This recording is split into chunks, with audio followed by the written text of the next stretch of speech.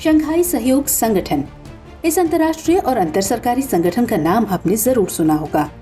1996 में स्थापित हुए इस संगठन का मकसद आतंकवाद, अलगाववाद और अतिवाद नाम की 3 बुराइयों को खत्म करना था। हालांकि भारत का प्रतिद्वंदी चीन इसका संस्थापक सदस्य था, लेकिन फिर भी भारत इसका मेंबर बनना चाहता था। इसकी वजह थी 3 बुराइयों से लड़ने वाला सिद्धांत बिल्कुल भारत के लिए माकूल था। तब चीन नहीं चाहता था कि भारत इस संगठन में शामिल हो, लेकिन इसका संस्थापक देश रूस बार बार भारत की हिमायत कर रहा था। करीब 10 साल की मशक्कत के बाद चीन तो राजी हो गया, लेकिन उसने भी अपनी एक शर्त रख दी। उसने कहा कि अगर भारत शामिल होगा तो उसके हर मौसम के दोस्त पाकिस्तान को भी इसके दायरे में लाना होगा। बहरहाल सहमति बन गई और 2017 में दोनों देश यानी भारत और पाकिस्तान इसमें शामिल हो गए। तब भारत ने शायद ही सोचा होगा कि चीन इस संगठन के बहाने इनर एशिया मतलब मध्य एशिया और उसके आसपास के देशों में अपनी बादशाहत कायम कर लेगा और इस संगठन का सबसे ताकतवर सदस्य बन जाएगा।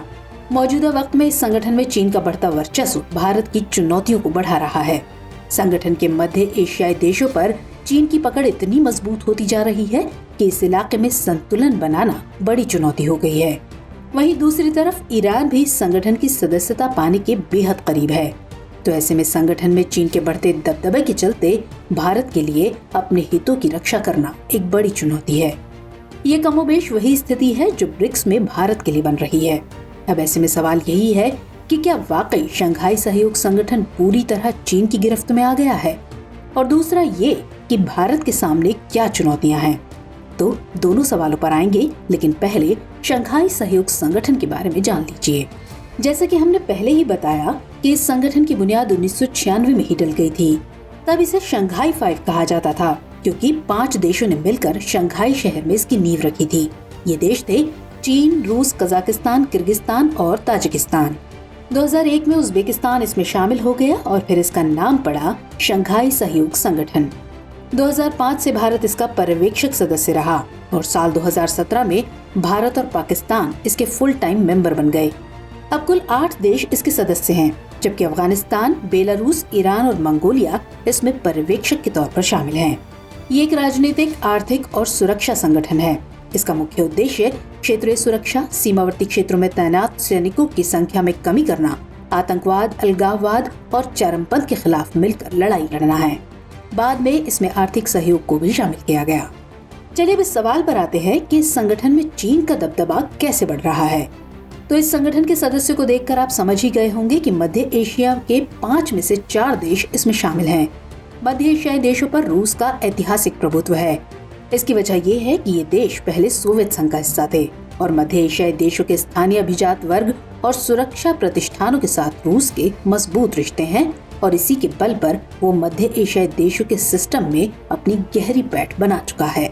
कई मध्य एशियाई रूस में काम करते हैं और वहाँ से धन अपने घर भेजते हैं, यानी रूस इन मुल्कों के लिए रेमिटेंस का बहुत बड़ा जरिया है। इस संगठन में भारत को शामिल करने के पीछे रूस की मंशा भी यही थी कि इस इलाके में उसके रुतबे में कोई कमी न आए। उसे डर था कि चीन इस इलाके में अपना दबदबा बढ़ाएगा, इसीलिए उसने चीन के प्रतिद्वंदी भारत को शामिल करवाया ताकि चीन संतुलित रहे। यही वजह है कि अमेरिका से भारत की बढ़ती नजदीकी के बावजूद रूस भारत को तवज्जो देना कभी बंद नहीं करता। लेकिन अब इस इलाके में 2 नई बातें देखने को मिली हैं। एक तो ये कि मध्य एशियाई देश रूस पर अपनी निर्भरता कम करने के लिए रूस से इतर दूसरे देशों की ओर देख रहे हैं और इस रणनीति में वो तेजी भी ला रहे हैं। और दूसरा ये कि किसी भी मध्य एशियाई देशों ने यूक्रेन पर रूसी आक्रमण का समर्थन नहीं किया, जिसकी किसी को भी उम्मीद नहीं थी। अब यहीं पर सवाल खड़ा होता है कि आखिर क्यों? तो जानकारों की माने तो ये सब मध्य एशिया में चीन के बढ़ते प्रभाव का नतीजा है। दुनिया में चीन के बढ़ते निवेश और प्रभाव को देखते हुए ये देश चीन की ओर देख रहे हैं। फिर यूक्रेन संकट के बाद रूस और चीन के द्विपक्षीय रिश्ते में चीन अब सीनियर पार्टनर बन गया है, जिसकी चर्चा हम पिछले कई एपिसोड्स में कर चुके हैं। इसलिए ये कहने में कोई गुरेज नहीं कि चीन का बढ़ता क्षेत्रीय प्रभाव रूस की कीमत पर ही स्थापित होगा। मतलब ये कि चीन धीरे धीरे इस इलाके में अपनी पैठ बना रहा है और रूस को पीछे धकेल रहा है। अब सवाल है कि भारत के सामने क्या चुनौतियां हैं। इस संगठन में रूस का कमजोर होना भारत के समक्ष सबसे बड़ी चुनौती है।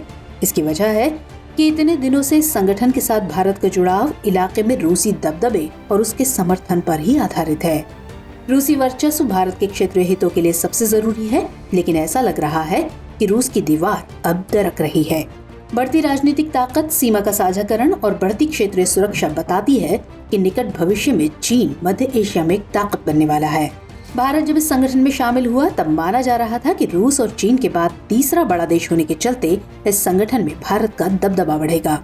चूँकि आतंकवाद और ऊर्जा की आपूर्ति भारत के लिए बड़ा मुद्दा है और ये ही मुद्दे इस संगठन के लिए भी अहम हैं। ऐसे में ये तय था कि भारत के जुड़ने से शंघाई सहयोग संगठन और भारत दोनों को परस्पर फायदा होगा। फिर भारत शंघाई सहयोग संगठन को मध्य एशिया और यूरेशिया में अपनी पहुंच बढ़ाने का एक प्रभावी जरिया भी मानता रहा है। इसमें भी कोई दो राय नहीं है कि मध्य एशियाई देशों के साथ भारत के भी बेहतर रिश्ते हैं, लेकिन चीन के बढ़ते दबदबे ने भारत और रूस के मंसूबों पर पानी फेर दिया है।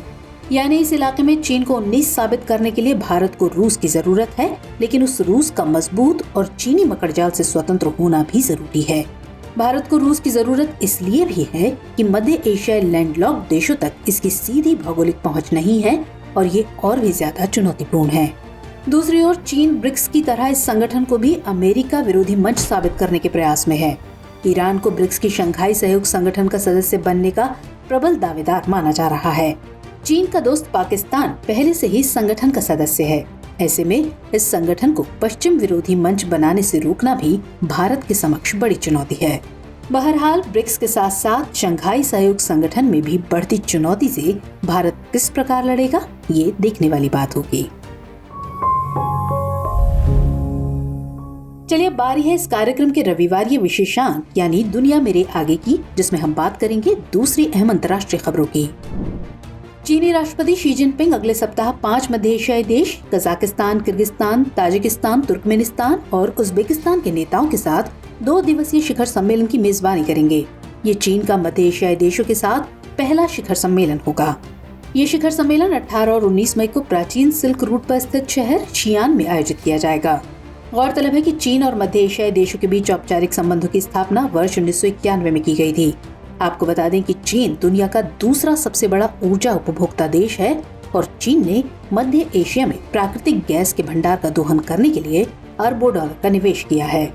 उम्मीद की जा रही है कि इस शिखर सम्मेलन में बीजिंग मध्य एशियाई देशों के साथ अपने आर्थिक व राजनयिक संबंधों को और प्रगाढ़ करने पर जोर देगा।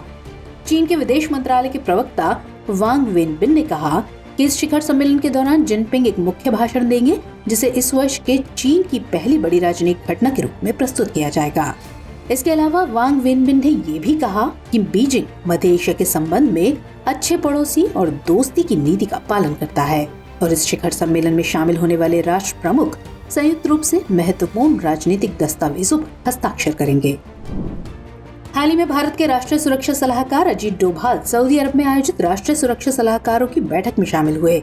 इस बैठक में अमेरिका, यूएई, सऊदी अरब और भारत के राष्ट्रीय सुरक्षा सलाहकार शामिल हुए।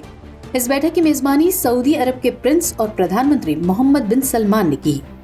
इस बैठक को नए क्वाड का नाम दिया जा रहा है। राष्ट्रीय सुरक्षा सलाहकारों की इस बैठक में खाड़ी देशों में अवसंरचना निर्माण पर चर्चा की गई।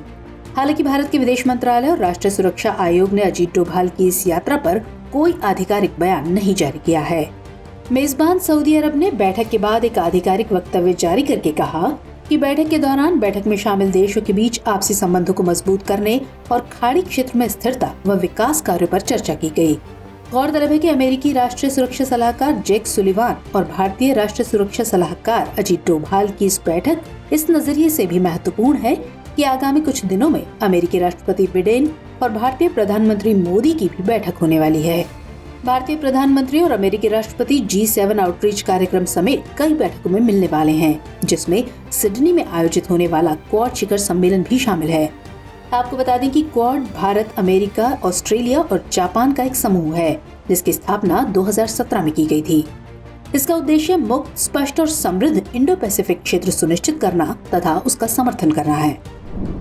G7 देशों और यूरोपीय संघ की बैठक आगामी 19 मई को जापान के हिरोशिमा शहर में आयोजित होने वाली है, लेकिन इस शिखर सम्मेलन से पहले जापान के अलग अलग शहरों में मंत्री स्तरीय बैठक का आयोजन किया जा रहा है। जिसमें अप्रैल के अंत में गुन्मा प्रांत के ताकासाकी में आयोजित G7 डिजिटल और तकनीकी मंत्रियों की सभा ने विशेष ध्यान आकर्षित किया। इस बैठक का मुख्य विषय था राष्ट्रों के बीच प्रौद्योगिकी जन्य प्रतियोगिता। डिजिटल और तकनीकी मंत्रियों की सभा में एक घोषणा जारी की गई, जिसे 6 बिंदुओं में वर्गीकृत किया गया। विश्वास के साथ सीमा पार डेटा प्रवाह और डेटा मुक्त प्रवाह की सुविधा और लचीला डिजिटल बुनियादी ढांचा, इंटरनेट गवर्नेंस, समाज और अर्थव्यवस्था को नवाचार करने में मददगार और विघटनकारी प्रौद्योगिकियां, जिम्मेदार AI और वैश्विक AI शासन तथा डिजिटल प्रतियोगिता।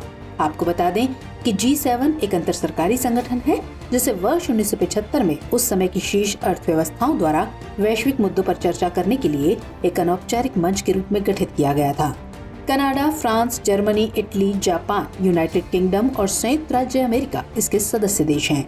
कनाडा वर्ष 1976 और यूरोपीय संघ वर्ष 1977 से समूह में भाग ले रहे हैं। तो चर्चा को यहीं विराम देते हुए वक्त हो चला है आपके सवाल का।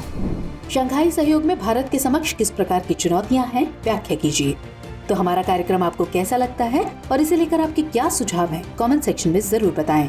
हमें आपकी प्रतिक्रिया का इंतजार रहेगा।